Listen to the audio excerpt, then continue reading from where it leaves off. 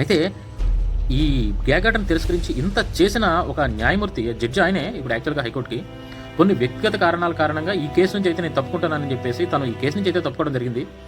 అసలు ఇది ఎంతవరకు కరెక్టో కూడా అర్థం కావట్లేదు. ఇంతవరకు కూడా చాలా ధైర్యంగా ప్రతీదీ కూడా చేసిన ఆయన కొన్ని పర్సనల్ కారణాలు, వ్యక్తిగత కారణాలతో నేనైతే తప్పుకోవడం జరుగుతుంది ఈ కేసుని అని చెప్పేసి, అది మరి ఎంతవరకు ఇది ఈ కేసు నిజంగా ట్రాన్స్పరెంట్‌గా జరుగుతదనేది నిజంగా ప్రతి ఒక్కరిలో కూడా ఒక ప్రశ్నార్థకంగా మారింది. ఒక చర్చాంశనీయ అంశంగా అయితే మారింది.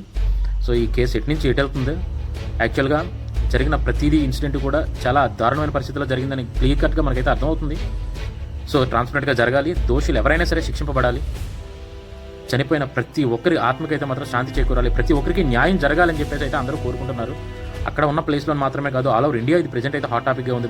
ఇండియాలో ప్రతి ఒక్కరు కూడా ఇంత ఇంత దారుణమైన ఇటువంటి కేసును కూడా ఎప్పుడు చూసుండరు. దీనిపైన మనకేంటంటే బయట కంట్రీస్‌లో కూడా న్యూస్‌లో డిబేట్స్ అయితే జరుగుతున్నాయి ఈ మర్డర్స్ గురించి, వాటి గురించి.